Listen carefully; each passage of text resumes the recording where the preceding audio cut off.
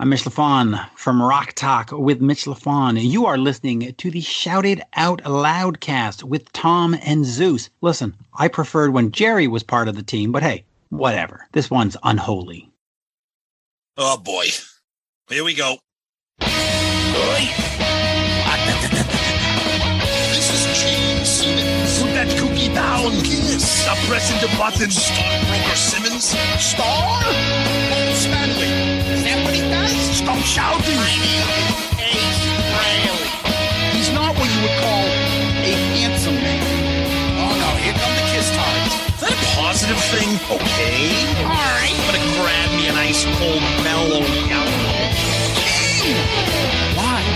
Why do that to the fan? Stop it. Why? Because fuck them. That's wrong. What are you talking about? 617-525-0850. You do? Hey, fucko. Do you like Kiss? Settle down. Yellow. Hey, what's up there, Kiss Army? Tom and Zeus, another episode of Shout It Out Loudcast. Episode 174. Worst cover song ever.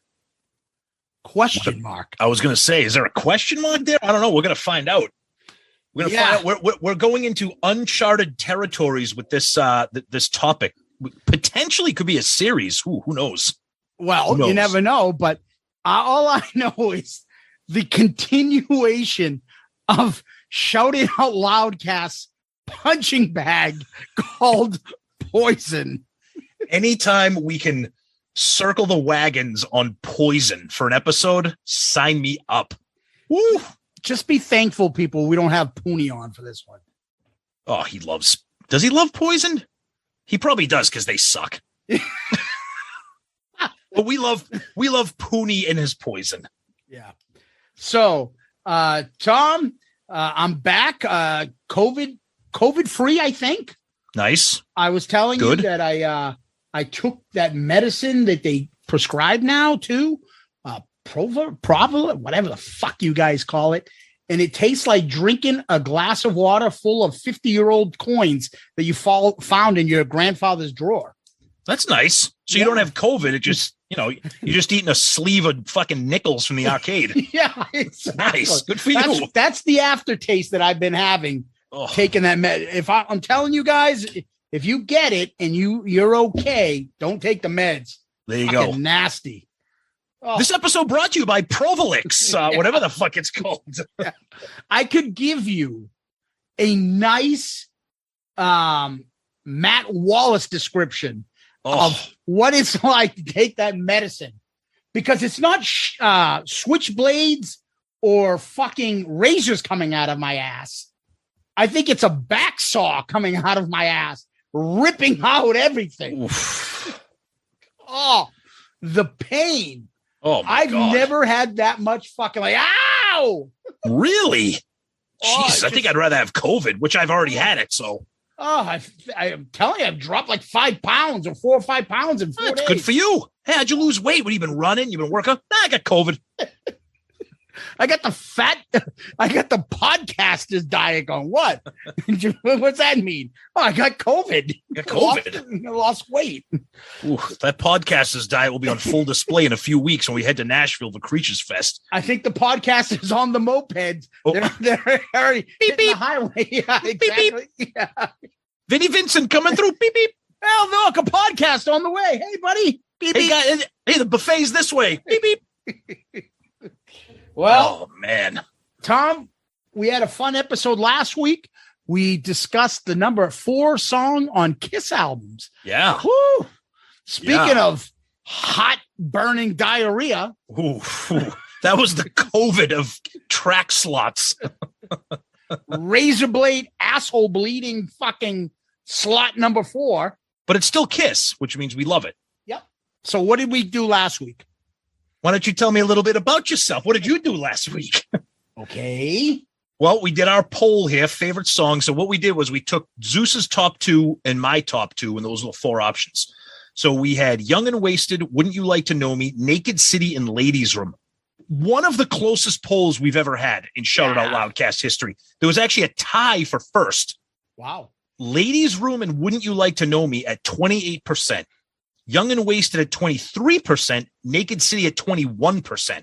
So points separating all these, which I don't understand, because all the comments seem to say, yeah, Naked City. Did you see that? The people that commented. Yeah, which is shocking. Yeah, because it's funny also because this poll was interesting because you got classic, the classic era Ladies Room, solo album, Wouldn't You Like to Know Me, the weird Unmasked era, and then Unmasked with the Lick It Up era. Yeah, it's like the Naked City hashtag naked cult came out. It was like, oh, great song. Look, Naked City it's okay. It's relax, a good people. Song. Yeah, actually, relax. Going on great. The thing is that I liked is the fact that we didn't do the typical. All right, shock me, cold gin. No. Yeah, we're not doing the hotter than hell. No. And that's why we got a fun, interesting poll. Yeah, exactly right. I don't think it's a coincidence. It's all close amongst all four. Connor Warman says Naked City, and it's not even close. See? Amy J, I went with Naked City. Love the vibe. Hope you feel better. Aw, that was nice. Amy J's she's very nice, very interactive, very nice. Big Kiss fan. We like that. Yeah. John Bailey, all these songs are good, but for me, it's Young and Wasted. Oh, yeah. Andy, Ladies Room is my least favorite. Never a huge fan. Young and Wasted is great, but Wouldn't You Like to Know Me is top 10. Wow. Settle down. And then speaking of settle down, our buddy here, Clark Side of the Moon, hot take. Get All You Can Take is the best song on Animalize. That is ridiculous. It's ridiculous. It's a Get good All song. You Can Take is better than. Whoa, shit. Submit that video, please. Oh, shit. My cat jumped on top of the screen and knocked my camera. What the fuck? Don't edit this out. Oh, no. Henley, are you alive back there? What the fuck? Yeah, forget your cat. We're recording. Keep going. I'll figure it out. Yeah, Get All You Can Take, best song on Animalize. But then he says, is that saying much? Which means I think he's shitting on the album, which that's also a crime. Jean-Francois Albert, Naked City, one of my favorite Kiss songs. Wow. And then you got a lot of love for Ladies Room. Dr. Van Halen says, it's a travesty that Naked City is last. Fake poll. My goodness, all the love for Naked City. That's stunning. And by the way, we are recording on May the 4th. That was the whole topic of the episode last week. May the 4th be with you. And today is that. A couple episode specific commentary. Our buddy Steve, as always, breaks it down. He goes with Only You, number one, but we know him. He loves The Elder. Wow. People picking Ozone. Woof. Yikes. Lovely Lance Lumley, another great concept for you guys. On the idea of number 4 tracks being throwaways on records, our buddy Lance, he loves bringing up Barry Manilow, and he knows Barry has a home here. Barry had 3 official singles that were in the 4th slot. Oh, we love Barry. Maybe Barry will make an ARC appearance. Brad Baird says, feel better, Zeus. It's very nice. Joel Hoffman was very upset that we were making fun of Ava Gardner taking a shit, but sorry, that's what happens when you listen to this show. And West Beach, thanks for ruining Ava Gardner. I will never look at her the same way again. Well, I'm back right at the perfect segment. Somebody talking about a hot chick taking a shit. Brian Peterkin says, another great episode. I now have to make my top 10. Thank you for picking my email as the comment of the week. I like how you both show your appreciation for us listeners. Yes, Brian, thank you. We love the listeners. We love the listeners like Wally Vidal. Great episode. I love these ranking episodes. Naked City and the Unmasked album are great. The rhythm section on that song is tighter than Alexa Bliss's ass. Oh, ooh. And then you posted a picture saying, what were you saying? You could bounce a fucking, those quarters that you're swallowing with that medicine, you could bounce one of them off that booty. Oh, fantastic. Fantastic. I just wish she was stretched out a little because she's a little one. I like that though. She's a little pocket. You put her in your pocket. Yeah, you can nice. She's like a little travel hottie, pint sized. Shaq can walk up to her and just rest his cock right on her head, which he probably has. And his balls would be like windshield wipers in her face. Boom, boom, boom, boom. When he comes out of the ocean with that bathing suit, he's got that fucking 2x4 sticking out of his Ocean Pacific bathing suit. I think me, you, and Murph, we did tried, and if anybody else can find it, this is a mission. We tried to find that Sports Illustrated. This is like 2 years ago. We were on a mission to find this Sports Illustrated photo of Shaq, and he was like coming out of the water, and his fucking huge fucking redwood forest tree is like boinking off the side of his leg. It looked like, speaking of May the 4th, it looked like he had his lightsaber in his fucking swim trunks. And they're like, dude, how can you not focus? Look at this fucking schlong. Yeah. It's just like, he looked like he looked like a 3-legged stool coming out of the ocean. Yeah. Somebody find that photo, because we were looking for it, me, you, and Murph, and we couldn't find it. Which reminds me. Go ahead. Go ahead. No, I was going to say, the listeners are friggin' mentally deranged, so somebody will find it. Somebody find that photo of Shaq. The other thing is, this is the story. I'm not sure if I told this story on the air, Tom, before, and that is the story of my friend telling us about the Larry Bird and Robert Parrish story at practice. Go ahead. I think I don't. This might sound familiar.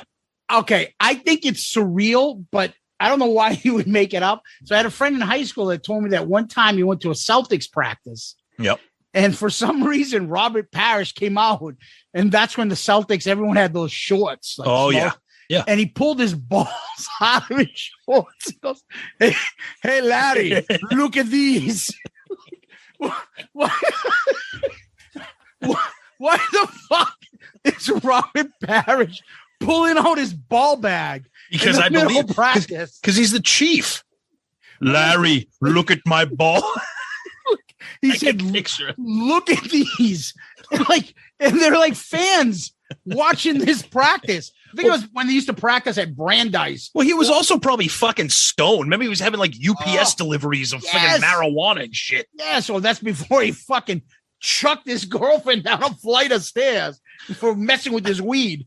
This is what happens. We did this a few years ago. We actually talked about the handsomeness of the 86 Celtics. Oh, and they are just not an attractive bunch. And Parrish, for some reason, and whether they were practicing at Hellenic College or Brandeis, remember they used to practice there. Yes. Just whips out his ball bag and Larry, look at these. With his balls in his hand, showing them to him. Get on this. I don't understand how we go. The connective tissue between talking about our episodes to Robert Parrish's balls. I don't get how this happens. Yeah. And then they also had handsome Bill Walton. Oh my God. He is not what you would call a handsome man. Larry. Do you remember the guy used to call EEI and do the Bill Walton? Jesus Christ, Big O, Bill Walton. This is ridiculous, Big O, Bill Walton. You want to laugh your ass off? Go and Google the YouTube video of Bill Walton celebrating his birthday on the sidelines. They hand him and the commentator, I can't remember his name, they hand them both cupcakes for their birthday. And the cupcakes each have one candle in them. And the candles are lit, and they're singing happy birthday. Bill Walton takes a bite of the cupcake and eats the candle while it's on fire. I'm telling you, Google Bill Walton cupcake. It'll show up. Bill Walton's more fucked up than Ace on his birthday. Oh. Happy birthday to me? Oh, Jesus. Wow. It's my birthday? Larry, look at these balls. Oh, fuck. It all started from Shaq's big schlong. When he comes there, I don't even know how he got there. I can't even. When he came out of the ocean and it was in the Sports Illustrated. No. But how did we even get to that? Shaq's big cock. Yeah. Oh, because he could rest it on Alexa Bliss's head. Oh, so we made it from Alexa. Oh, so we went from Naked City to Alexa Bliss to Shaq to Robert Parrish to Bill Walton. Oh. Speaking of Alexa Bliss, you put that photo up the other day of what's her face? Oh, Nita Strauss. She hasn't looked that hot in a while, but oh my God, she was gorgeous, and because before she did the puffy lip thing. Oh, the lips are just fucking ridiculous, but now she's getting a little bit junk in the trunk now, a little bit. Which I don't mind. She works out. I think she's getting a little jacked. Yeah, and she just like someone's like, oh yeah, she's an artistic guitar dude. No one cares. No one's watching her for her guitar play. She could be as terrible as Cece DeVille, and we would still think she's awesome. Yeah, right? Exactly. No one cares. Yeah. What are you talking about? She's fantastic. She can play the friggin' bar chords, whatever. I'm like, nobody cares. Nobody's going to Alice Cooper to see her play the guitar. They're looking at her ass. Bingo. That's it. Oh, sorry. Oh, just gonna run on stage and just bite her ass in the middle of a song. Just Larry, bite Nita Strauss ass. Dude. Right. Speaking of ugly. Dude, Larry Bird.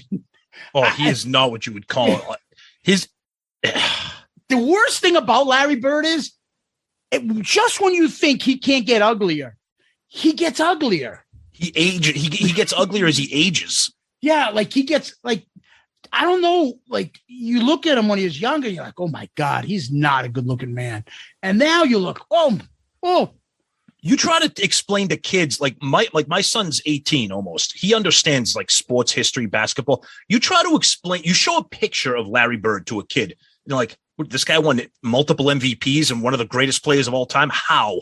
Dude, I mean, I love those Jordan ones, all that stuff, but I don't see anybody's highlight films or stories told that are better than Larry Bird's. Oh yeah. I think he's by far the most interesting player because he's not supposed to be that. Exactly right. That's right. And then he talks shit constantly. That's the thing that's so awesome about him. He was the biggest dick on the court. Totally breaking balls all the time. The fact that he went into a fucking locker room full of Hall of Famers. It was like, all right, which one you guys coming in second? Yep. And then he fucking shoots that last one in his fucking warm-up clothes. And he walks away with his finger up in the air. Oh, it's legendary. Oh, dude, he was just in a class by himself. The passing, the rebound, and he shouldn't be doing that shit. Nope. This week on Celtics Weekly, Johnny Moser, I have to steal my bird. Hey, Johnny, you got COVID? Nah, you got half a lung. That guy was fucking cancer on a stick. Personified. Seriously. Johnny Most. He looked like the male version of the lady from Beetlejuice. Yeah. He looked like, he looked like a cross between like the Penguin and like Mr. Magoo. Like he was just a character. Oh my God. It's fucking gross. I feel bad for you guys who didn't grow up with legendary basketball sports teams in the 80s. Oh man. What are we doing this week?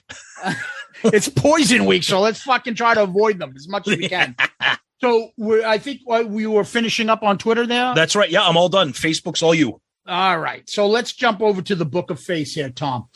Over on the Book of Face, on our post here, Kevin Jepson. I will listen as I always do, but I loathe Star Wars. Oh, God damn you. Fucking welcome to Turd Talk with T&Z. Holy fuck, literally.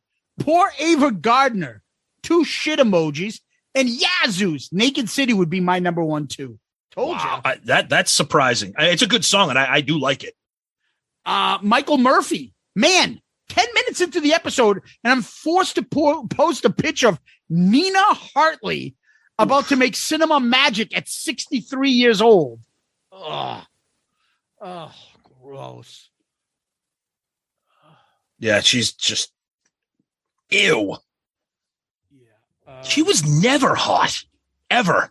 No, she does the glasses look now. She's just fucking. No, it's gross. Go away. Go do something else. Smells of fucking rotted fish on a fucking Revere Beach. Low tide. It's fucking Revere Beach. Yeah. Oh, smells like fucking tuna helper. Oh. Somebody left a Kelly's roast beef down by the fucking seaside. Fucking seagulls fighting over fucking a clammy dead fish. Oh, God almighty. Fucking snap-a-flaps. All right. Yeah, anything to avoid talking about poison. Yeah. Over on Loudcast is Jason Warden. Okay. Before I even listened to the episode, oh no, I saw this as y'all's profile pic. This used to happen to us a while ago. Oh, There's a picture of this, like, I don't know if it's the Talking Heads or somebody. It looks like one of those things from like awkward family photos. Like it's just like a bunch of people. I think it's one of those, like, when you randomly put an artist and they're like, oh, pop music. And they put this band out. Yeah, I don't know. As a photo. Somehow it got associated with us. So who the hell are these people? I listen to Apple Podcasts. Someone had to enter it in here somewhere, a vast database. Yeah, I don't know. That's not TNZ. No. That's fucked up. I don't know. Graham Richley, the winner of this year's End of the Madness tournament.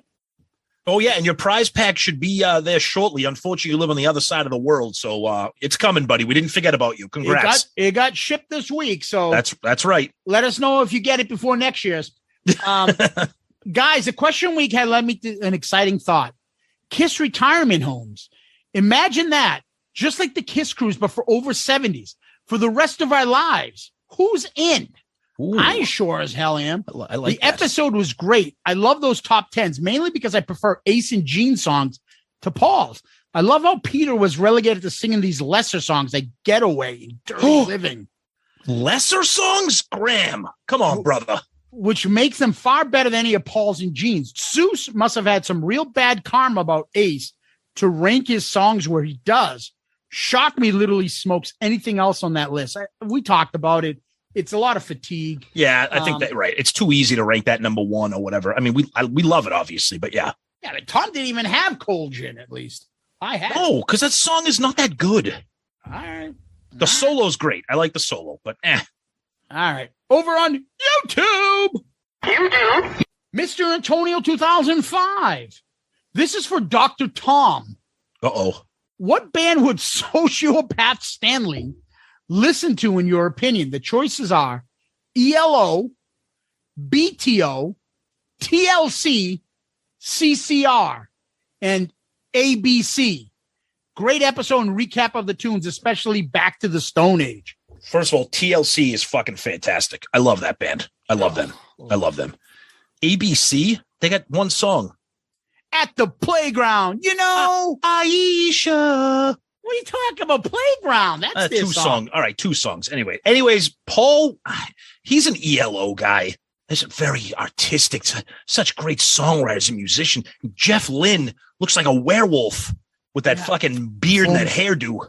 Performs with the Beatles and all that stuff. Yeah. Although he might be CCR guy. Fogerty's a big critic guy. I love CCR. Fogerty's a fucking one of the most musical geniuses in the world. One of the best of all time. CCR and Fogerty, I think, are ridiculously underappreciated, underrated. He wrote everything, did all the guitar, all the singing, all the producing, fucking awesome. Did everything. And that story about him and all his fucking useless bandmates, like, well, why don't we split the bill? All right, you want to split it? Here we go. You write 3 songs, you write 3 songs, you write 3 songs. Fucking album tank. That's it. Band's over. Fuck off. And then he had an awesome solo career. Yeah, yep. That's the fucking best. That is a great way to. Who else is going to do all this shit? That's like the ultimate mic drop. See ya, bitches. I'm going to have a solo career. Yeah. All right, let's steer the car back into the lane here. Well, that's a good idea. Let's go with that. Yeah, I think, although I did want to talk about the handsomeness of BTO, Tom's favorite other band again. Just horrible. No, you ain't seen nothing yet. Bang. Baby. Oh, yeah. This is a terrible band. And they do the better version of Rock and Roll Hell. I love it. That's as bad. That's as bad as a Sonny Pooney take. Oh, ever put me in that category. Those are fighting words. Yeah. Craig Broderick says, I've noticed you guys slow down the Ace Frehley impersonations. Wait, whose impressions, Zeus? Ace Frehley. You think we've slowed things down? Dude, it's got to be somewhere, and it's always organic. Right. We do not force things. Hey, let's do Ace impression in the middle of this. it comes to us. If it's there, it's there. Otherwise, no one. Yeah, no one has called us up and said, "Hey, you guys need to stop making fun of Ace. He's never coming on your show." Yeah, that hasn't happened. Yeah, it's nothing to do with it. It's just got to be there. If it's not, then I think it's forced. I can't stand that shit. Oh, fucking say this. Oh, okay. Oh, come on. Be nice to Craig Broderick. What am I going to be, a monkey? Oh, do this. Fucking swing from the tree. It's not. It's only 2 floors up there, Sparky. You do some juggling. We want you to do some backflips. Do some fucking backflips. Yeah. There's a few guys, a few broads laying around the house. You can get involved if you want to. Why does he want Sparky the Clown to come around in the middle of an orgy? Like, I don't fucking get it. Can we do an ARC episode on the Jerky Boys debut album? I think we should. Oh, man. Oh, it'd be fantastic. Oh, that'd be a fantastic towel. Yeah. Tales of a Kiss Geek podcast says, do you like pancakes? That's a great one. Oh, man. Hey, guys. Bruce Kulick. Mrs. Butterworth. Wow. Great syrup. Check that bitch. We're the new pancake king in town. Bruce Butterworth. And we say that with all the love of the world. We absolutely love Bruce. And we can tease him with a little wink and a smile, unlike Paul, where we're legitimately shitting on him. Bruce Kulick, pancake man. Love to have some pancakes with you today. Paul Stanley, Asylum. Great to eat pancakes with. All right, Marty White. Unlike most of the shit I post, this is entirely true. It also explains how mustache people have united in subtle ways. When I was a kid, I took drum lessons from a guy who was in his 40s. He was mostly bald, so he grew a massive mustache. I think he combed it regularly. He was a jazz guy, and he had posters of Buddy Rich, Gene Krupa, Elvin Jones, and Max Roach without the stash. All those guys were jazz guys. But there was also a poster of Carmine Appice, a rock drummer. I mean, what the fuck? Mm-hmm. I was so confused as a kid. Why were Carmen's posters up there with all these brilliant jazz drummers? I wasn't a fan of jazz as a kid, but the only poster I thought shouldn't be there was Carmine's. So 30-something years later, Carmine still has the mustache. I bumped into the teacher about 6 months ago. The mustache was still there, so it dawned on me. There's an unspoken bond between mustache people, and no one can get rid of their mustache without Carmine's approval. Now, if only they knew why Carmine and Jim pronounced their last names differently. I think he's thinking of Vinny. Oh, Vinny Appice and Carmine Appice. Yes. Vinny Appice, Carmine Appice. With their big, thick mustache. Tom, that's all I got. Over to you, brother. Carmine. Well, that was such a great episode. What an awesome guest. Just spur of the moment comments, stream of consciousness. He was awesome. Vinny Vincent, that guy's. Yeah. Oh God. Yeah. So Carmine, what do you think about King Cobra? Hey, you want me to finish talking about Vinny or what? All right, go ahead, Carmine. All right, let's see here. Couple emails here. Our buddy Lovely Lance using our website, shoutitoutloudcast.com. That's right. You can submit your questions and comments straight through there. Let's see. Talking about the best 4 tracks. I was listening to, he says, was I actually listening to the same Shout It Out Loudcast show I have always listened to, with Tom picking an 80s Kiss song as number 1? I am in shock. I love the pick. You know how much I love 80s Kiss. Great pick. I would also put No, No, No on the list. The drumming is great. That's right. I like No, No, No. It's a good song. I like Quarantine's version of it too. Ooh. Our buddy Jean-Francois. Hello, TNZ. Great ARC about Guns N' Roses. And yes, Estranged is a beautiful song. My top 10 fourth Kiss songs, of course, Naked City as number 1. There you go. Yep. And then he also had, Zeus, you had your favorite song at number 8, Prisoner of Love. Oh, pew. I love that song. Take care, Jean-Francois. We're a big fan. We love you, buddy. And then we're going to finish off with this one. Hey, guys. I will tell you who this is from at the end.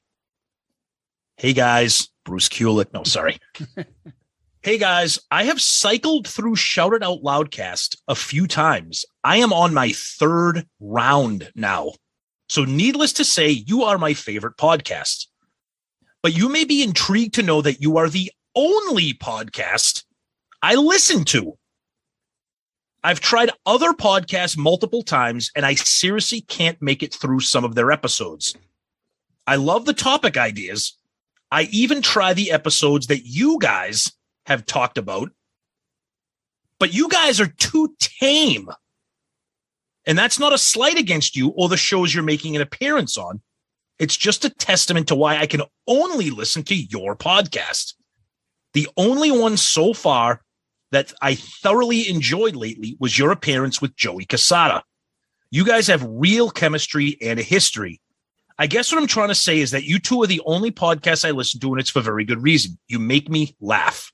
That being said, Zeus, I absolutely loved your episode with Stevie about country music. I'd love to do something like that one day, maybe from an upright position.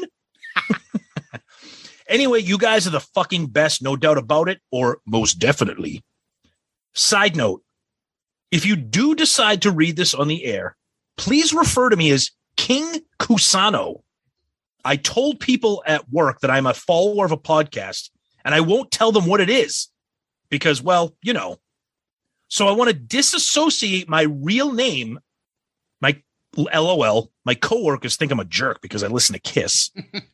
Thank you for the laughs, and thank you for letting me be part of the madness. I love you guys.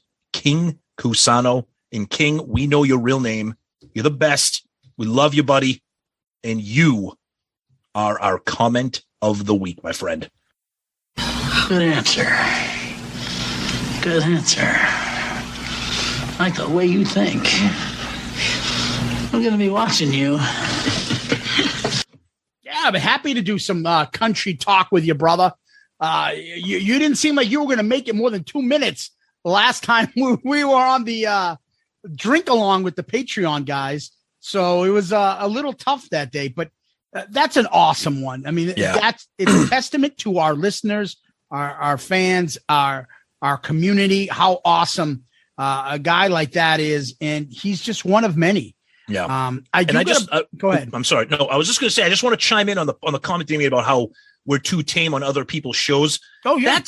And I appreciate that observation. And that is because it's out of respect for the show that we're on. When we're on another show, it's not our show. It's their show. We're like this because this is Shout It Out Loudcast. So we're not pretending to be other people. Sometimes you just have to turn it down a little bit when you're on another show. That doesn't mean that we don't love those shows and we're not having a blast with them. And maybe the reason the Casada thing stood out a little bit more than some of the other shows is Casada's show, and he does shows with lifelong friends like me and Zeus. So there is a little bit of craziness on there. And some of the other shows are like that too, but I appreciate that observation. But we love being on other people's shows. Segue. We have been on a lot of them lately. God bless us. It's been amazing. And we're so happy that people are asking us to be on them. Keep your podcast subscriptions peeled for me and Zeus being everywhere lately. And we're so grateful for that. But yeah, I just wanted to make a comment on that.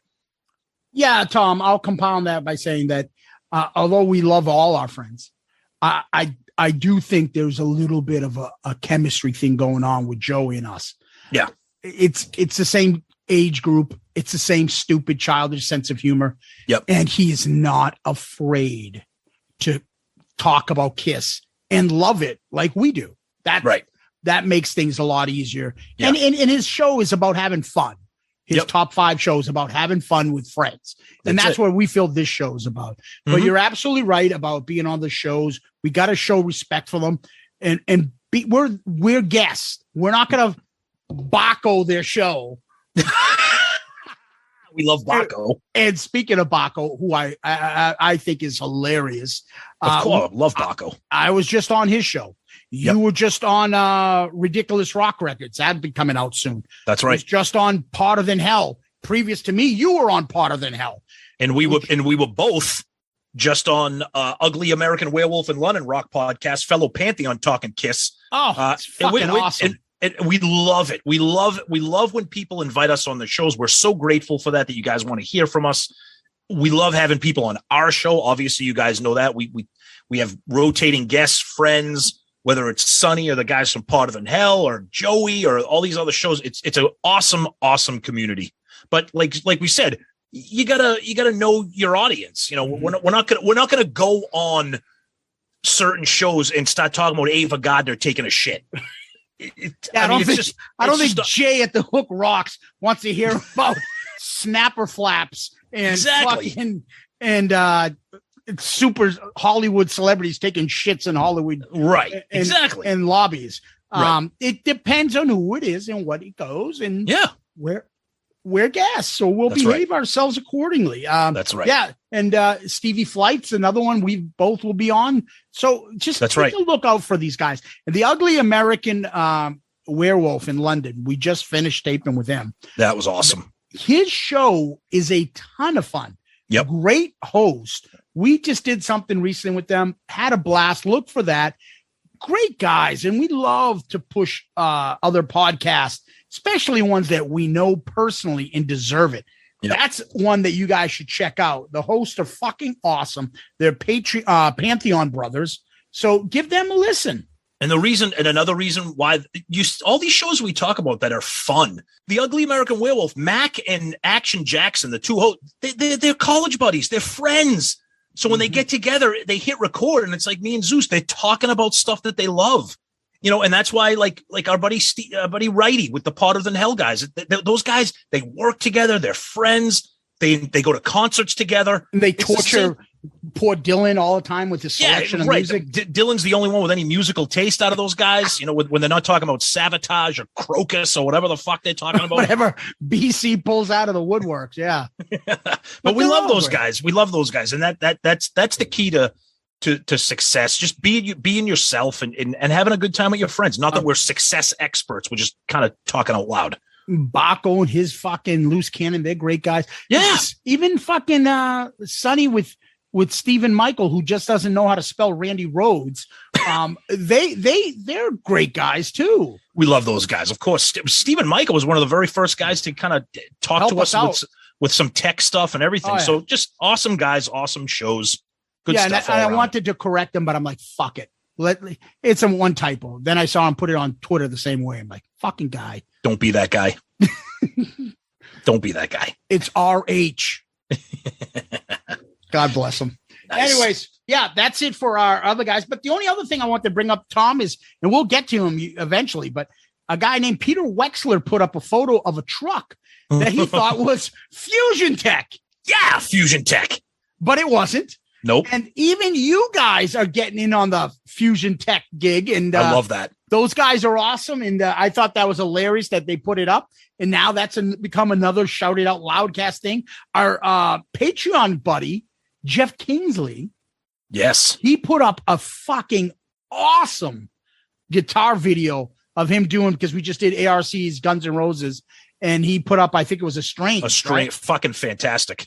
He did the guitar lick of Slash jumping in. Awesome. Oh my God. So good. God bless him, man. Yep. It's just, and then I got to hand it over to my country bumpkin buddy, Stevie Flythe.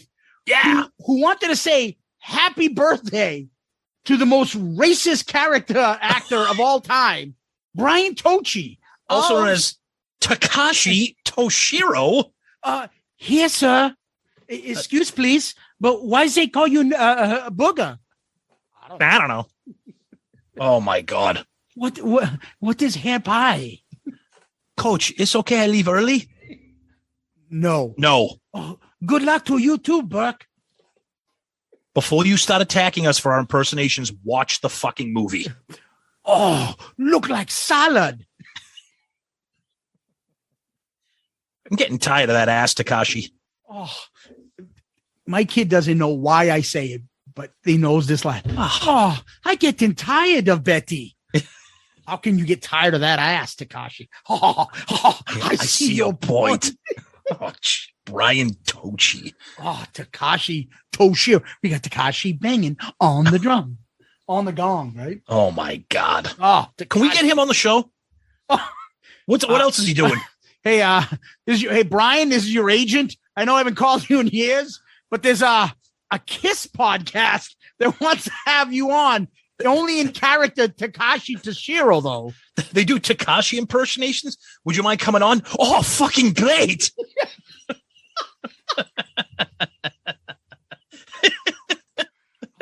Can I bring Booga too? That's with a guy. God. But then what Zeus is saying here is we say this every week. You guys are part of the show. It's fucking awesome. When we go on Loudcasters or Twitter and we see some of the awesome shit that you guys are tagging us in, it just makes it that much more fun. It's fucking awesome. The Bruins lose. I got an annoying client texting me. Oh, no. And then I'll fucking see something and it just cracks me up. Oh, yeah. Happiest moods. I'm telling you guys, keep it up. And fucking LP Sterlino, what did he just do today or yesterday? I saw and that I was cracking up about. Oh, he was talking about watermarks on photos for your enjoyment and posters. Chomp posters and watermarks for you to enjoy. That's right. Let's behave ourselves like, civilized human beings here, please, people. Well, you might know I'm a collector of posters and poster groups on Facebook. Hey, guy. Yeah, this week. Yeah. I did something funny. Oh, my Lord. All right, Tom, before we get in trouble, let's talk about our awesome Patreon family. Woohoo! Yes, our Patreon family, we're way into the 40s at this point now, Tom. Yeah. And awesome. Growing. It continuously grows. That's where people can join and contribute to the show, help us out in things like our equipment, gear that we're going to use for Creatures Fest, thank God. Mm-hmm. Software we use for our computers, for our downloads, for our Zoom. so we don't get yelled at by Jericho. What the fuck is Skype? Skype, you fucking idiots. And other things like that. And all that shit comes from you guys. You guys help us out with that. And it's a big, big help. And we really appreciate that. So if you want to help the show grow and do better, please help. Take a look at our Patreon account. We have 4 different tiers. If one of them interests you, sign up or ask us questions. Take a look. You can look at patreon.com, Patreon, the app, Patreon, or you can look at our awesome new website and go click on Patreon and see if there's something you want to do there. Our Patreon family has been huge lately, very involved. We just had our beer social with our Demon Tier group, which is still legendary and talking about it till this day. Yep. For now, it's been a while, but it was fucking awesome. And we also had the awesome March Madness tournament where you guys helped contribute to the song selections and everything else and the brackets. And now it's that time again where it's your second Patreon pick for Album Review Crew. And what a fucking, I don't know, disaster or awesome event. I don't know. What would you call it, Tom? I don't think it's a disaster. I think it's fucking amazing. So one album got 2 submissions, so that automatically makes the poll. Then me, Zeus, and Sonny each pick an album, and we throw a poll out there with 4 albums. The albums are from your selections on Patreon. Correct. Yes, correct. So we put the poll out. After 48 hours, 2 albums were deadlocked. So we took those. We threw out another poll with just those 2 albums and said we got an ARC tiebreaker poll. Just up until recently, it was deadlocked again. Now it looks like one of them is pulling ahead, and that looks like that's going to be the May ARC pick. I think you guys are going to love it. I think the 3 of us are happy about it. We'll see, but either way, this is what the Patreon stuff is all about. The comments, the jabs going, because I'll tell you right now, the 2 albums involved in the poll, very different genres, very different albums. So the fans of each of them were going back and forth on our Patreon chat back. And, it was just a blast. And now we're just so excited to have a pick. And, in a few more months, we'll be doing it again with you guys. It's awesome. So patreon.com, the app, check us out. There's 4 tiers. You get involved with the show. You can get an early insight onto what the episode is when we do our teasers on Thursday. Depending on what tier you are, you'll find out what the episode is instead of waiting until Saturday. You get to vote and contribute on things like what we're going to do for Flashback Friday, things like that. And we just love you guys. It's awesome. Yep. So, Tom, what we do after this, we find out what's going on in Kiss World. Yeah, I mean, they're touring right now. They're in South America. They're rolling along. So the band members themselves have been relatively, quiet in terms of kind of some Twitter silliness. Gene's very active, been posting some great pictures of families, little kids dressed up as the demon and things like that. There was an unbelievable overhead drone shot of one of the shows. I believe it was Sao Paulo. I might be wrong, but I think it was that. Just incredible. I mean, those South American rock fans, the Kiss fans, are just out of their minds enthusiastic. So that's really cool. Zeus, you saw something online. I don't know how the fuck I missed it. That was going on down in South America involving a balloon. So yeah, even Blabmouth reports.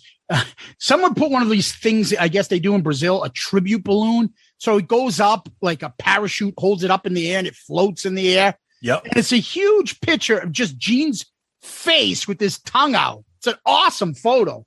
And they fly all in the air. So Pilot was flying and he's like, this is the shit that I got to avoid when I fly planes all the time. I almost hit one time. And he took a photo of it while they're flying. A pilot was. And it's the Gene Simmons poster. Poster. I flew up in the air in Brazil. And it's filmed from a cockpit of a jet, 20,000 feet in the air. Unbelievable. And the pilot was just like, what the fuck? And I think Gene retweeted it as well. I recommend you watch this video from the cockpit of a jet, 20,000 feet up in the air. You won't believe what they see. And he was talking about, and if you see the video that Gene retweeted, you'll see that the pilot gets closer and closer, and you're like, dude, is that Gene Simmons in the air? That's incredible. Fuck? Yep. Yeah, and pilots are saying they can be difficult to spot from the cockpit, and it can be challenging for a pilot to avoid these free-floating objects that can change direction at any instant. And balloons can be ingested into the aircraft's engine, restrict airflow, and cause the plane to lose power. That's fucking insane. Thanks, Gene. Yeah, right. Really. Oh, great poster. Great poster. You just downed a friggin' airliner with 100 people on it. Yeah, well, I got that over on a Facebook group last week. Because I'm friends with Eric Singer. And then some other interesting news. Paul Stanley's ex, Donna Dixon, after 39 years, realized what Dan Aykroyd really looks like and divorced. But then looked at Paul Stanley's face and said, went, oh, crooked man. Better off. Crooked man. Good God. So, yeah, we don't know, found that interesting because everybody knows the story of Donna Dixon and Paul Stanley. And it was, hey, somebody said it was my birthday. Oh, that's right. That's right. Yeah, what did he turn, 88? But he looks like death. Dude, how is he still alive? I mean, I love the guy, and thank God he is, but my goodness. Holy fuck balls. It's fucking crazy. And Ace Frehley on his birthday. Shit, I'm Ace Frehley. And speaking of Ace, he's doing a show which is subtitled Intimate Live Performance at a place up in Plymouth, New Hampshire, which is right before you hit the White Mountains, at a place called the Flying Monkey Movie House and Performance Center. I actually know this venue. I've never been to it. They actually have a ton of shows. A lot of bands that are kind of, either near the end of their career, kind of doing like nostalgia shows. It seats less than 500 people. Oh. So it's on a Saturday night. Might have to go up there just to see what that's going to be like. A 500 seat venue with just Ace. I'd love to see the guys from the Talisman. Yeah, absolutely. Yep. Hey, I'm Ace Frehley. Nice to meet you. Flying monkey. Where the fuck am I? Hey, if you guys want to hang out backstage, there's some fountain cola and a couple slices left over from last week. I think I'll have it. My stomach can take anything. Hey, we might be going to that. I posted on our social media. Here's the description right here. Classic rock hits from the original Kiss guitarist and Rock and Roll Hall of Fame inductee. Ooh, okay, relax. Dude, I hate when they use that. I hate it. Yeah. Oh, I know. Well, tickets aren't cheap. But who knows? Maybe we'll be there. You'll hear from us if we do. All right. Well, Tom, let's move on. But before we do, I'm going to grab myself an Italian grinder and a diet slice before I take off. Well, we're back. I got sent out because I was trying to find diet slice for Ace because I don't even think they make that anymore. He had to settle for the Hannaford brand Mountain Dew, which goes by the name of Mountain Lion. I thought it was Mountain Spew. I can't even shoot it. Mountain Cat. Ah! Then I bring Mountain Cat that I terrorize people with. Okay, you terrorize people. With the Mountain Cat. Okay. Well, Tom, you put up an interesting post early in the week, and somehow it came up on your car radio. Yep. And you put a screenshot of it, and you said what? So I'm driving, and I got Hair Nation on satellite radio, and the Poison cover of Rock and Roll All Nite shows up. Instantly take a photo of it and post it on our socials. I say the worst cover song in the history of recorded music. Now, what an unbelievably polarizing comment that was, because it was probably 50-50 down the middle. Absolutely. I agree. Absolutely. And then everyone's like, no, have you heard this? No, have you heard this? No, have you heard this? So we said, you know what? Let's break new ground and talk about not a covers album, because we're going to get to those. We'll get to Kiss My Ass and, the one that Zeus was talking about, Spin the Bottle, also known as Pure Fire, re-released. We'll do those. But we wanted to talk about this particular song. We'll get into why and tell you, is it the worst cover song ever made? Is it the worst Kiss cover song? Do you like it? Is it worth existing? I don't know. We're going to figure it out. Yeah. So let's start from the top. Okay. So I remember this coming out because I remember Less Than Zero, the movie. And that's the movie with the Brat Pack. What's his name there? Andrew McCarthy. Yep. The chick that couldn't spare a square. Jamie Gertz. Yep. From Seinfeld. Yep. And Robert Downey Jr. playing himself. Pretty much. Movie, yeah, exactly. Right? Yeah. Yep. And it was supposed to be the Brat Pack is growing up a little, right? And it was a lot more like, whoa, that I was used to with the Brat Pack movies. And I remember getting this soundtrack, and I remembered, oh, Poison, okay. And them doing this. Now, I was more or less, when I'm looking at that soundtrack, looking at Hazy Shade of Winter, because the Bangles, right? Mm-hmm. Oh, and fucking what's her name? Still looks smoking still. Oh my God, Susanna Hoffs. Unbelievable. She needs to stop putting videos of herself looking hot. Incredible. I get no work done when she's around. But I remembered all this shit. I remembered Aerosmith was on this, and I remembered going back to Cali. Absolutely. Bring the Noise. Mm-hmm. Right? From Public Enemy, and Slayer doing Inagata de Vida. Awesome. Yep. But the thing that I remembered the most was Rock and Roll All Nite by Poison. Rick Rubin produced this. Yeah, it was a Def Jam album. Yeah. And it actually charted super high. The other thing I remembered about this, so the album came out November 6, 1987. I think there's a scene in the movie with this playing. The movie's all about fucking drugs and I think Hollywood at the time. Yeah, rich kids friggin' being addicted. By the way, James Spader, one of his greatest roles, is a fucking asshole. Yes. Oh, fantastic. He was always an asshole in all those movies in the original, right? Yep. So anyways, and then I remembered Poison had this thing where they would play their previous single or video prior to the next video. Yep. So when Nothing But a Good Time, that video, and he's in the dishwashing area doing stuff on the radio, you can hear Poison's Rock and Roll All Night. That's right. That trend continued. Yep. So I remember this version. There's another version that I was talking to you about, and I sent it over to you. Poison was on MTV, How the Mighty Have Fallen, on New Year's Eve, 1987. And introducing them right before midnight. I think he's turning over in his grave that he was part of this. Was, well, Jamie Gertz, the actress, but Glenn Frey. What the fuck was Glenn Frey? He was popular at that time on MTV. He had videos, but he's like such. This is when adult like rock and roll can be played, and so can Poison. Right. Like, you know what I mean? There was it's okay to have Don Henley's Boys of Summer playing when Metallica's One is the hottest video performance. Like, you could be a contemporary artist, rock and roll, and a new. Now it's, if you're over 35, you're fucking out of here. You're not playing anywhere. So he introduces them. He's like, and they're a great band. I'm like, dude, how much was he biting his tongue?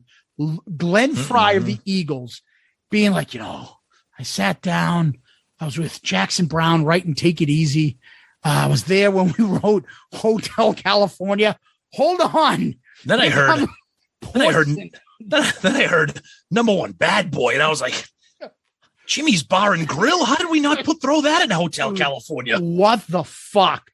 So he introduces them, and Poison played Talk Dirt and Me and Rock and Roll All Night on MTV.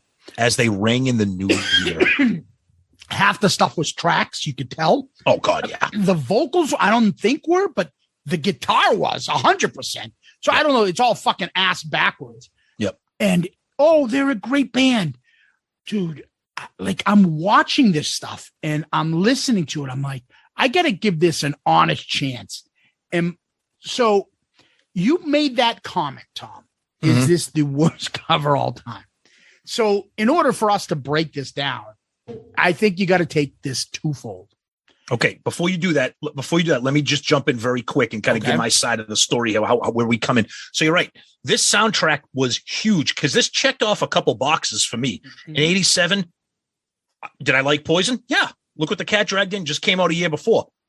Hazy Shade of Winter was a standout track. Going Back to Cali is probably LL Cool J's best song. And I love LL Cool J. Mid late 80s, I was knee deep in all the classic hip hop. I still listen to that stuff. I have LL Cool J. Better than Mama Said Knock You Out? Oh, that song sucks.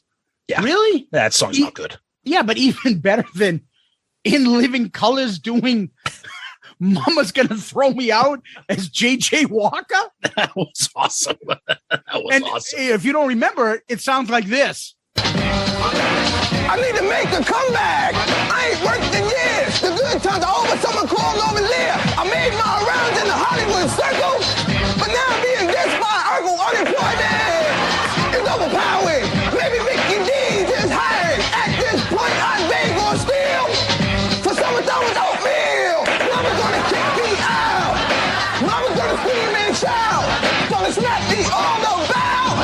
Mama's gonna kick me out. Used to have to beat the women away. Well, what can I say? I drink my Kool-Aid slowly, sip by sip, cutting these big ass lips. Oh no! In the limelight, play the role of King Dynamite.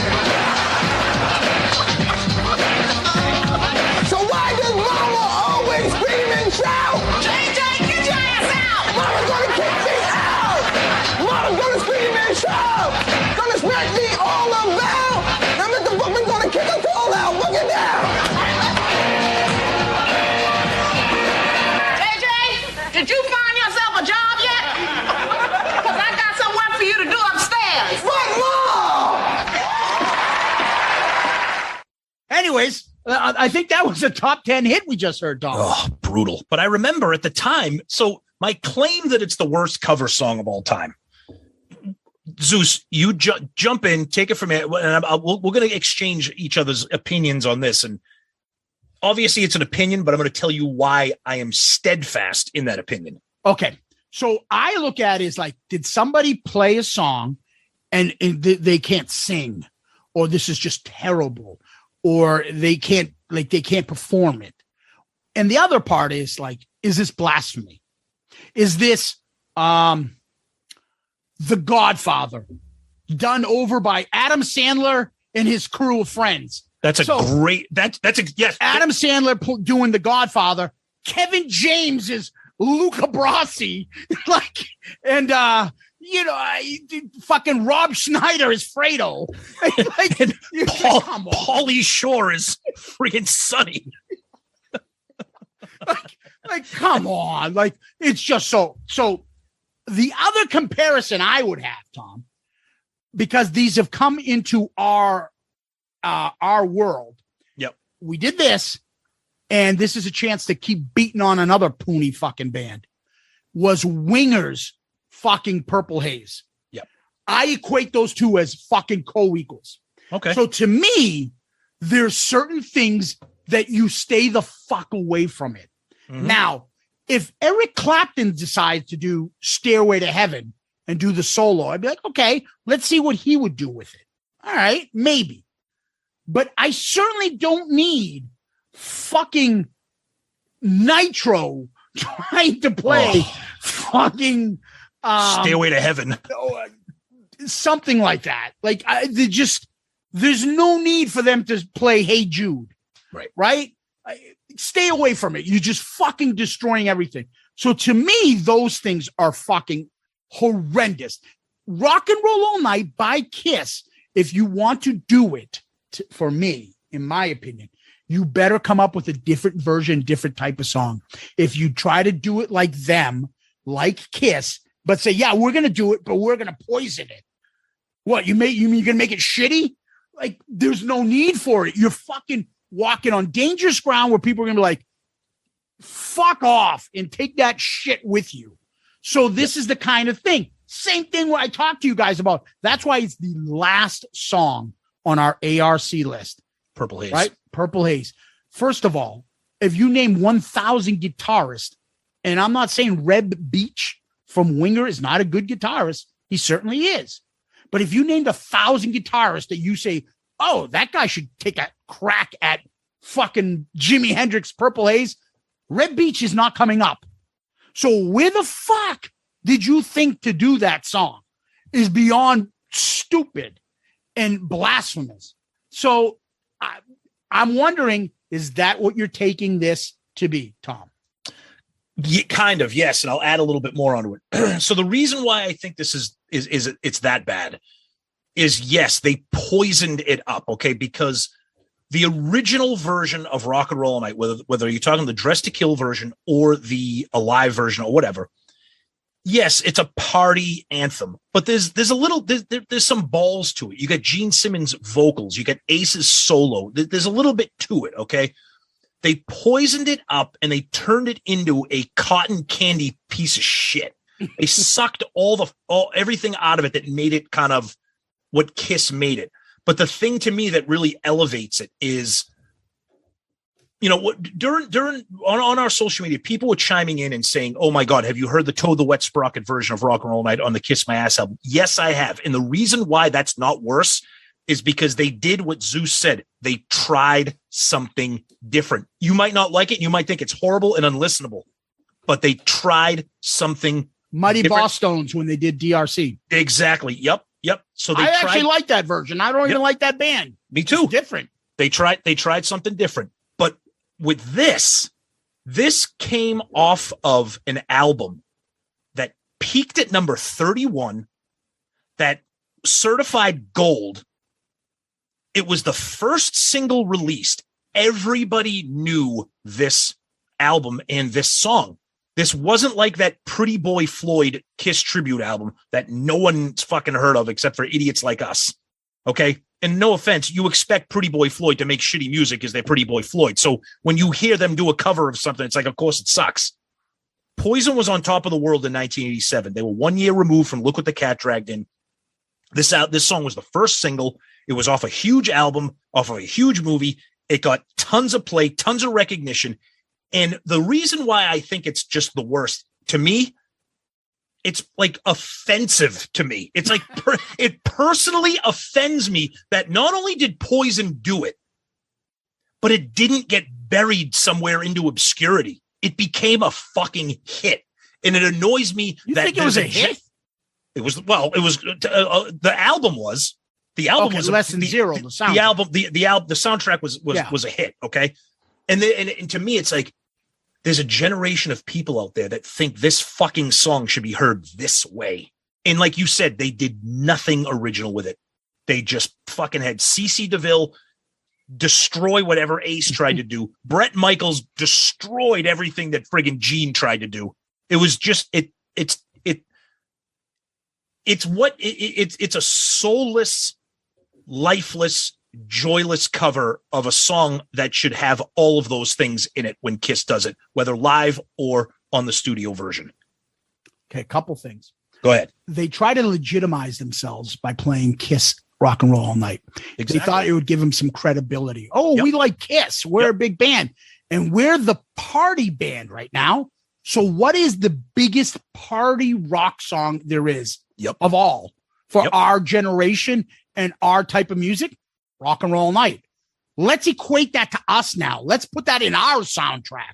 Let's put in our set list. Let's get this thing rolling. And let's get people say, oh, yeah, what about the Poison version? Go fuck yourselves. Yep. So that's the other thing. And the other part to this is, you start listing reasons. So another reason would be, first of all, Bret Michaels is a terrible singer. Yep. He talks. He does not sing. He can't carry a fucking tune. Okay. Now he doesn't have the breath problems as Fat Vince is out of breath. Fat Vince is out of breath. But he is one of the worst singers, even in his prime in the 80s. He still was one of the worst hair metal singers. I don't think his voice is that bad on some ballads. I think it's okay. It's terrible. I think he can't sing. Okay. I think he's a great performer. I'll give him that. I agree. Yes. And he makes an excellent frontman for that band. Yep. So God bless him. But I just don't think he's a very good singer. Yeah. I'll put it that. All right. So I shouldn't say he's terrible. I'll say he's just not very good. Okay. Okay. The other thing is the rest of the band sounds like a college band that does hair metal. They do not sound like they are fucking great musicians. Because they're not. And don't try to fucking get all cute and stuff. Mr. Rocket. Ooh. That's the other thing. It's annoying. It's annoying. Listening to it is a nuisance. Yeah. Like, I guess, and then it reminds me of that Chris Rock when he did a list of why you shouldn't see the new Whoopi Goldberg movie this weekend. He gave him a number one reason. Whoopi Goldberg. Whoopi's in it. Exactly. That's the number one reason not to buy Poison's in this song. That's perfect. Dude, you're not it. Okay. You're not it. And they try to take this on and give themselves a little bit more credibility by saying, we can do this. Now, Kiss Kiss will sell itself for anything to get publicity. So they're not going to fucking say anything bad because Poison was hot in 87. Kiss wishes they were like that at that point in time. So they're not going to take that as other than, oh, somebody else might recognize us and get into our catalog. So they'll take that compliment. That's another great point, another segue into a point I wanted to make. And you're right. The thing that makes this the worst for me is obviously we're Kiss fans. So there might be somebody out there be like, why you carry on? It's not that bad. It's a fun song. Okay, that's fine. You're an idiot if you think that. Go ahead. I don't care. I'm a Kiss fan. And you're right.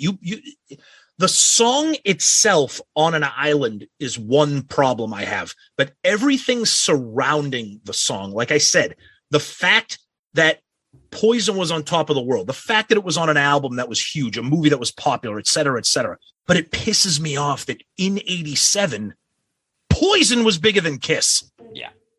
And to do this song when you knew that Kiss, I mean, in 87, they had Crazy Nights. So they had videos, they had Reason to Live, Crazy Nights, whatever. But it's almost like, hey, you know what? We know that you're Kiss and we wouldn't be here without you. We're going to take your biggest song. We're going to cover it. And we're going to make it suck. But we're going to make everybody think it's fucking great and throw it on an album that's going to go gold. Yeah. Yeah. And the thing about it is too, it's not. First of all, like I was talking about Bret Michaels' voice. Yeah, Gene has a fucking full voice. Exactly. Bret Michaels does not. It's so thin. Yep. He has no bass behind his voice. Even the guitar solo is just not the same. Oh, that's the thing. You take away Ace Frehley and put in CeCe DeVille. Give me a fucking break. Yeah, even the drums, I'm like, Ricky Rocket, you're not Peter Criss in his prime. And the rest of it is just the fact is that Poison was above. Like, we laugh about Pretty Boy Floyd and fucking, I don't know, some of those shitty fucking bands. Tora. What are you talking about? They're at fucking Rockin' Pod. Jesus Christ. Number one reason not to go to Rockin' Pod. Dangerous Toys. Dangerous Toys? Come on. Like, it's not one of those shit bands. It's a band that doesn't get a lot of critical, but was big, and they try to do it. It's a great point. That is a great point. If you're like again. Well, like I said, when Sonny chimed in, Pretty Boy Floyd did an entire Kiss tribute album. Okay. Now it's Pretty Boy Floyd. So if I give you a shit sandwich and you say, this tastes like shit, be like, yeah, because it's a shit sandwich. Yeah. If I give you a Pretty Boy Floyd Kiss cover song, you say, this is terrible. You say, yeah, that's because it's Pretty Boy Floyd. You expect it to be terrible because it is. You're right. It wasn't one of those bands. It was Poison, probably the biggest band in the world in 1987, or one of the biggest, probably Def Leppard and Bon Jovi. Maybe young kids, right? Young kids, like the teenage and the girls. Fucking Poison was the next big thing. Yep. They were a fucking trendsetter. That's right. They were, sadly. But it's not like, hey, fucking Killer Dwarfs just did a version of Rock and Roll All Nite. And I would laugh at that and be like, that's kind of fun. Good for Killer Dwarfs. Yeah, but it's not like, it's just one of those things. If Bon Jovi did it, I would say the same thing. Like, what are you doing, John? I know you're a fan of Kiss. No, don't do fucking that. Don't. This isn't yours. It's Kiss's song. Don't try to take that and what do you call it? Steal their fucking thunder and hit and put it part of your repertoire now. No. And Poison has made it. They're still performing it all the time. So and to throw it on, like to even try to legitimize it even more and make it bigger, was performing it on that MTV New Year's Eve show. Oh. And having the crowd sing along. I'm like, that's what I'm talking about. When I look at something like this, I look at the entire package, the intangibles, not just the drums, bass, vocals, guitar, the whole thing. And that's why, to me, it's not some obscure cover that people don't know exists. For Christ's sake, they put this on a fucking covers album, which I don't know who the fuck told them that Poison, it's a good idea to do an album called Poisoned and do a cover album. Sonny Pooney. Oh God, we love Sonny, but yikes. So I think that's why I will always hang my hat on this being it's just terrible. It's a terrible, terrible thing that happened to music in 1987, in my opinion. All right. The other aspect of this is, though, go for it.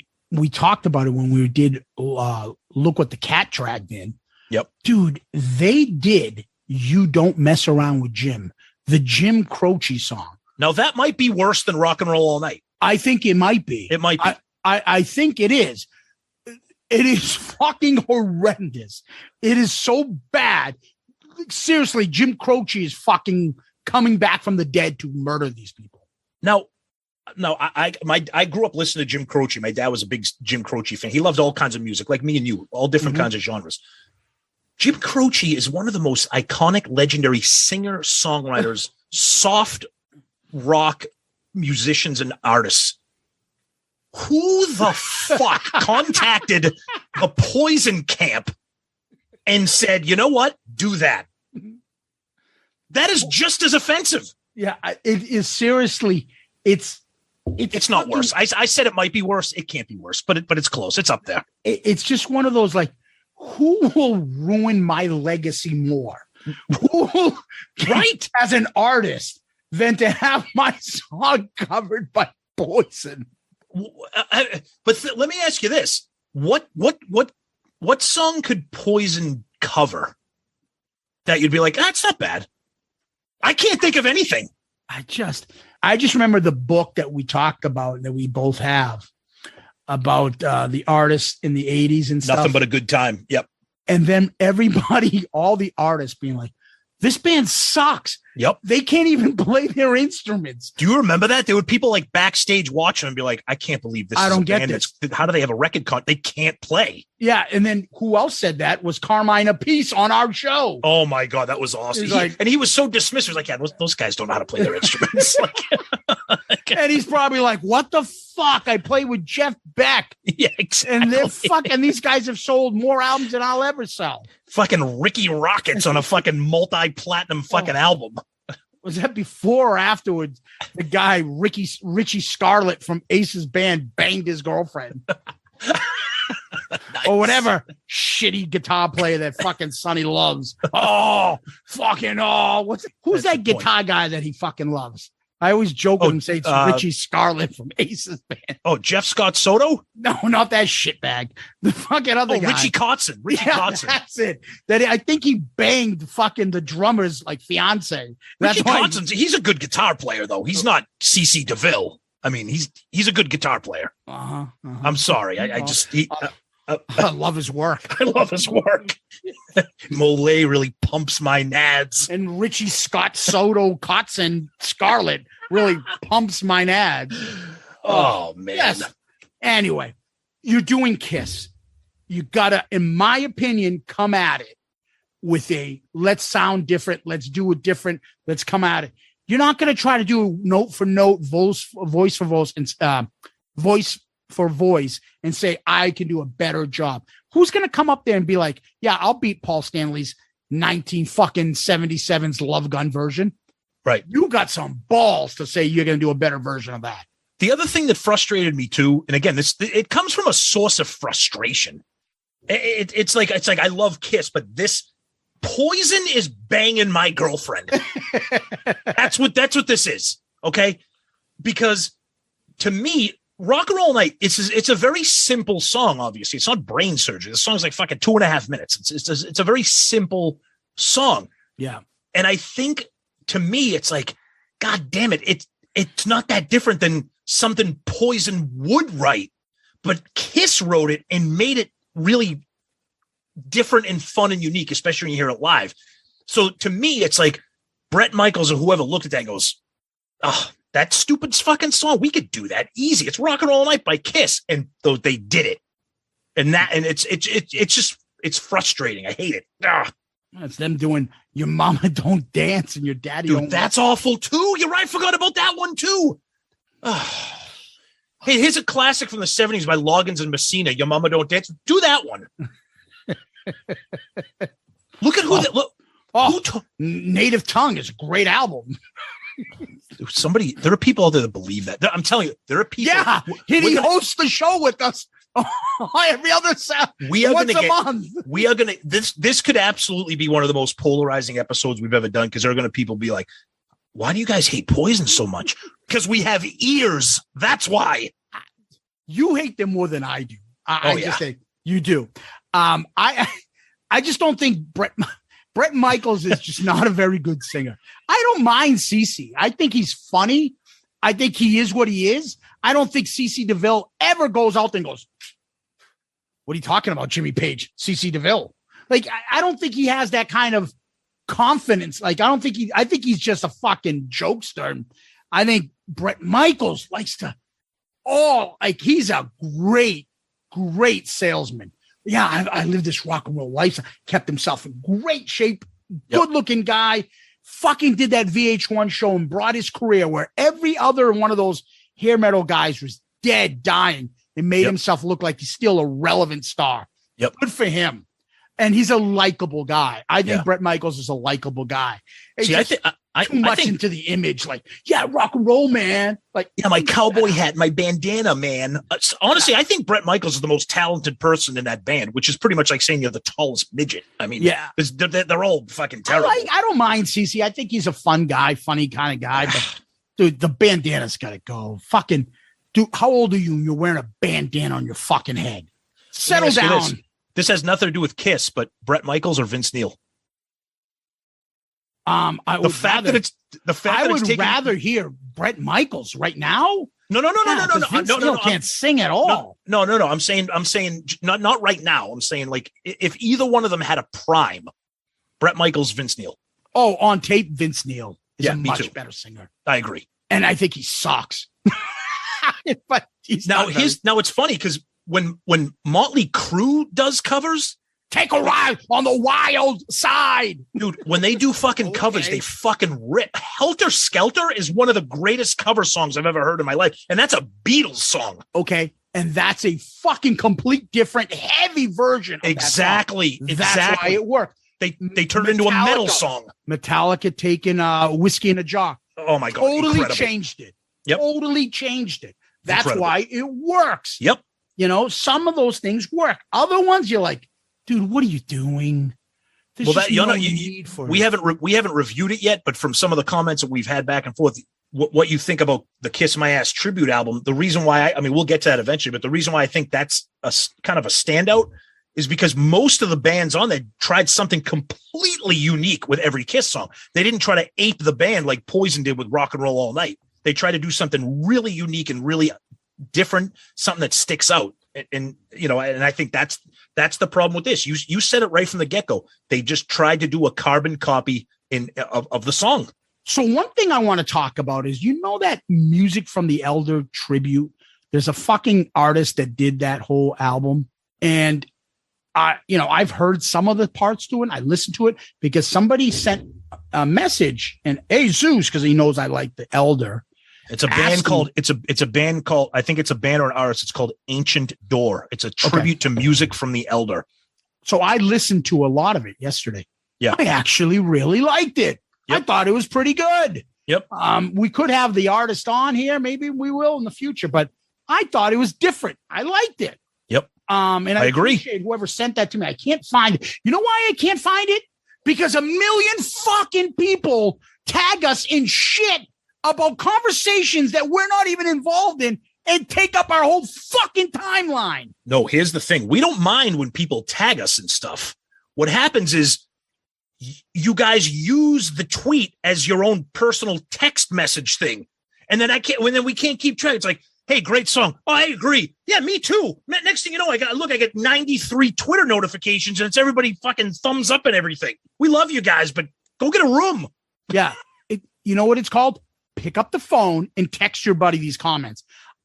I can't fucking read any comments anymore. I have no idea because they're all fucking comments talking about Iron Maiden's ball bags. I don't give a fuck. I don't want to hear it. I don't want to see it. I don't give a fuck. It's taking up all our shit. It came from Swede in New York. Yes. Thank you, Swede in New York. Who is actually, if I recall correctly, I think that's Peter Wexler. Oh, wow. That'd be great if it is him. I might be wrong, but I think that's him. So he's the one who tagged us. And not long ago, I think on our Facebook, I posted something about it that I didn't realize it was out yet. But it's out. It's on. He sent us the Spotify link for it. But anyways, go ahead. You were talking. Yeah, no, I'm just saying.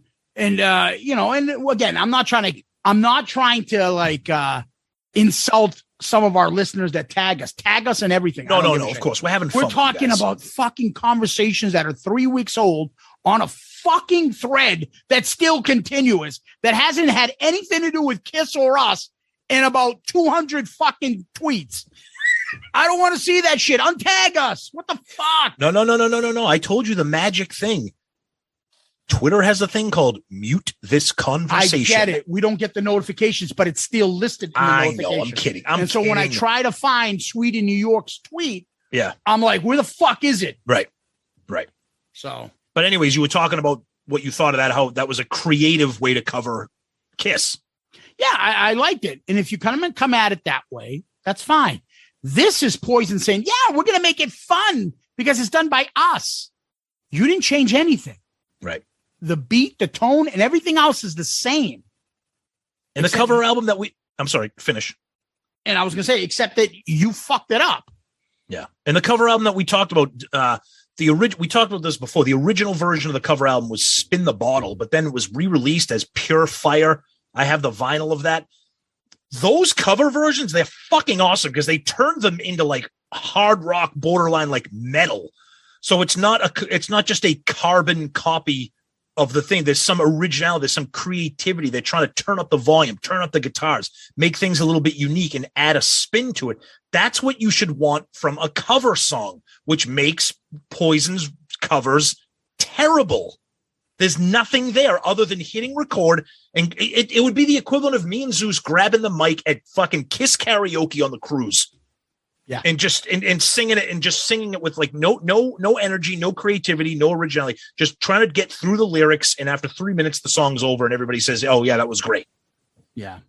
And they try to cover themselves in the Kiss glory. Like, oh, exactly. We're part of that. That's right. That's right. Yeah. So I'm anxious to see what people think about this, because obviously we took the gloves off here because this warranted a conversation, because we've made jokes a lot about this, whether it's just me and Zeus talking, jokes during the show once in a while, social media stuff, but it came out and we said, let's kind of, it's almost like an early Festivus airing of the Poison grievances. Let's get this out there, talk about it. And we know you guys are going to have a lot to say about this because you guys were jumping in on the picture I posted. So we want to hear what you guys think of our kind of breakdown, play-by-play of this. So, yeah.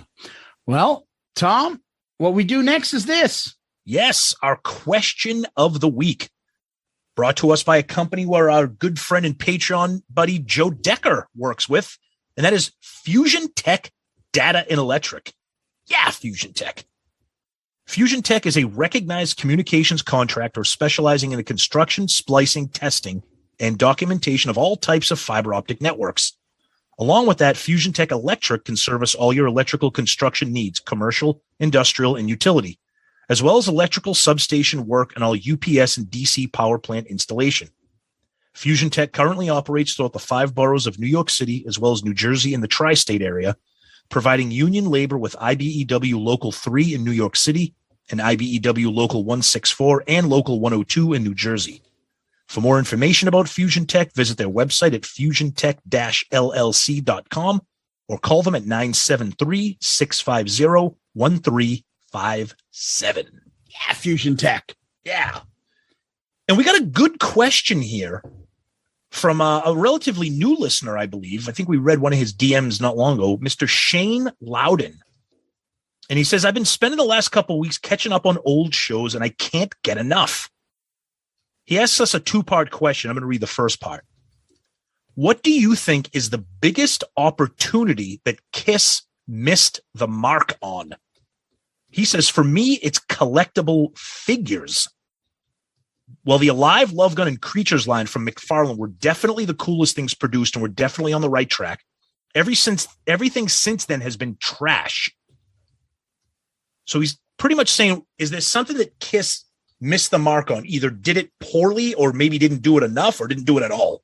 Anything you can think of in terms of missing the mark? Because I got something right off the top of my head. Oh, why don't you go first then? Okay. All right.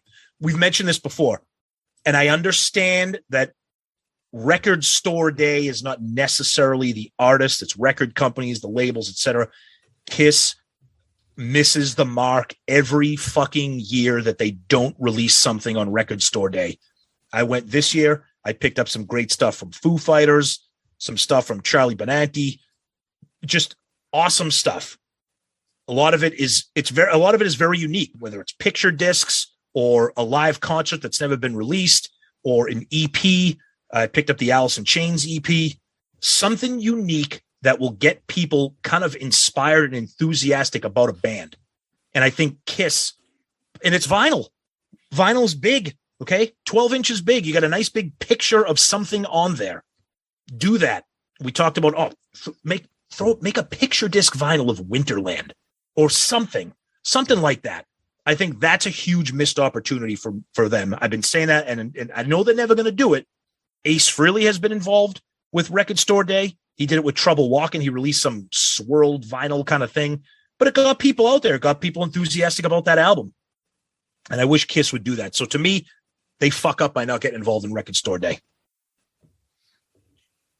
For me, it's the same thing I've been talking about for a couple of years now. I've been saying Kiss is missing out on doing a Kiss app. Yeah. I think if they did a Kiss app, you'll get constant money flowing in. maybe a $5 to $10 subscription, and you get every fucking Kiss video you could ever think of, concerts, and they would release new stuff every once in a while. Make sure it's synced correctly.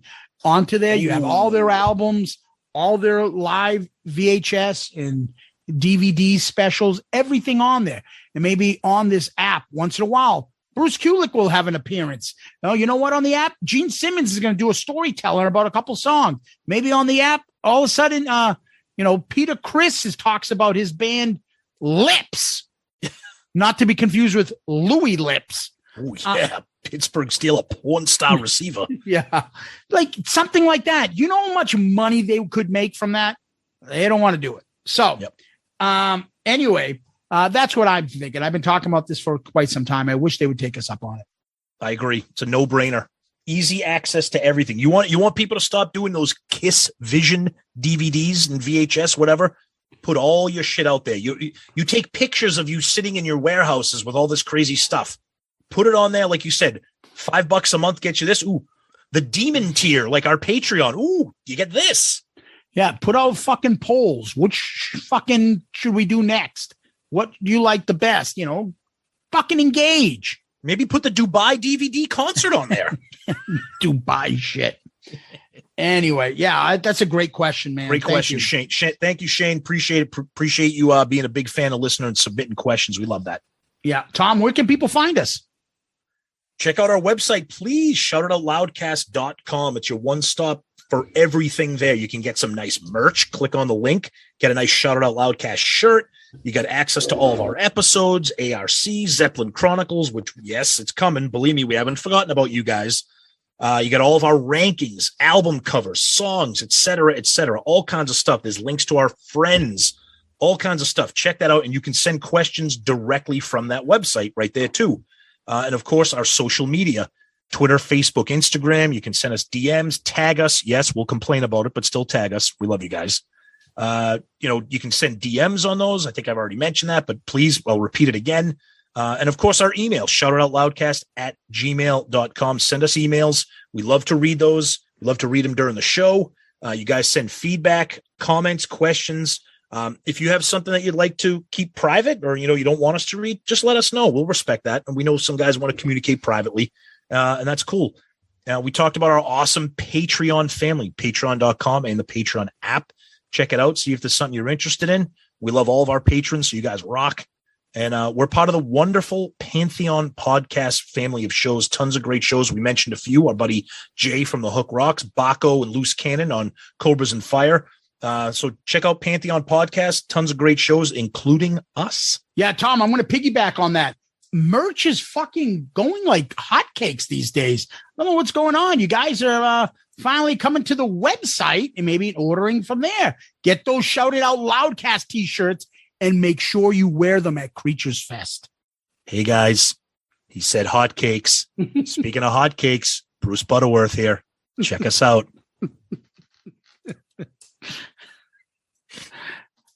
Our people ain't exactly swelling with pride on account of you selling flapjacks. We love you, Bruce. We know you listen every week. Yep. So, yeah, Tom, people can DM us on Twitter, Facebook, Instagram. Subscribe to our YouTube channel. That YouTube channel keeps growing, man. We love it. We can't thank you guys enough. So make sure you subscribe, whether you listen to us on YouTube or you just want to give us a nice thumbs up. Don't forget, give us one of those 5-star child reviews on Spotify, Apple Podcast, Podchaser, Facebook, anywhere you can give us a 5-star child review. We'd appreciate it. It really helps us, believe it or not. And keep them coming. And you know what we're going to do? We're going to always read them on the episode. Tom, we got one, don't we? We do, yes. We got one from Frisco, Tex, and it's titled Grateful. 5 stars. I am so grateful to have found this podcast. It is very informative and entertaining. Tom and Zeus are fair, in my opinion, in their take on Kiss's music. That can be hard when you are as deep as they are into the discography. Having just found this in the past month, I have a lot of catching up on episodes and thoroughly look forward to it. Yeah, Frisco, Tex. we are grateful for you, the fan, for writing to us a review like that. It's awesome. And like Zeus said, please keep those reviews coming. We know everybody's busy. Take a few seconds, write a review. It really helps the show, increases visibility, and we love that. So thank you. Thank you, Frisco Tex. And we love when you guys tell us that you're new to the show. Yes. And you're going back through our catalog. Yes. Give us a heads up if you're doing that. We love it.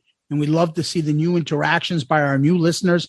And of course, we love our continued listeners and the ones there from the beginning. We got a lot of great ones there. So agreed. Thank you for all of that. And Tom, I always want to remember to say our email, shoutitoutloudcast@gmail.com, shoutitoutloudcast@gmail.com. We love the emails, but you know what else we love? We love when you guys go to the new website, shoutitoutloudcast.com, shoutitoutloudcast.com. You can see where we rank every Kiss album we've ever reviewed, where we rank all the songs on those albums. You can look at our ARC rankings, and you can laugh at Sonny's terrible selections. And then you could also go and look at our Zet Chronicles. You can look at the episodes. You can read the notes, and you can comment on every episode. Feel free to do so. Comment on all the rankings. All interaction is welcome. We appreciate it. And make sure you peruse the website. So, Tom, before we move on, we always like to end with famous last words. Do you have any? Yes. And as easy as it would be to take something from Rock and Roll All Night, I'm not going to do that. Okay. I'm going to take something from this, which has nothing to do with Rock and Roll All Night. Okay. Because I'm crazy, kind of hazy. I'm not sorry. Gonna worry. I'm not lonely. She's my only. She's got me eating out of her hands. I've been on my own. I've been all alone. I was hypnotized. I felt paralyzed. But late at night, I still want you just the same. Nice. Nice.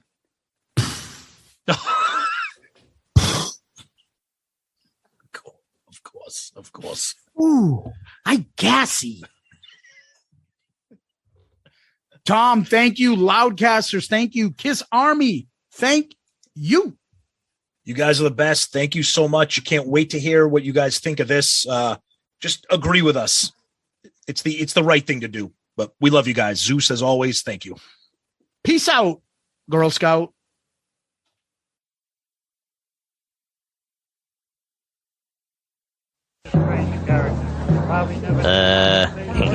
What is this? You guys okay or something?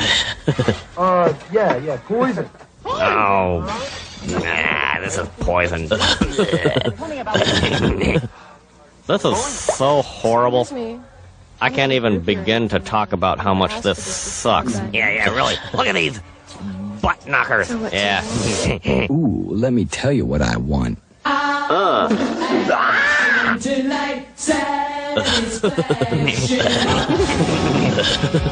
Remember back when they used to play videos by these guys all the time? Yeah, that really sucked. Yeah. It's a good thing they're gone. Yeah, really.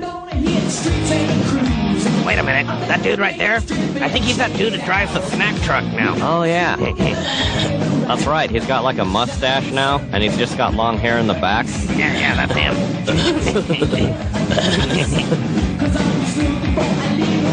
I bet these guys practice their little wussy dance moves. Stars up, 2, 3, 4, and kick and 2. Poison. Bobby, I smeared my lipstick when I kissed my finger. Could I borrow some of yours? You're a little too good at that, Beavis. Bobby, Cece, and Brett. And don't forget Ricky.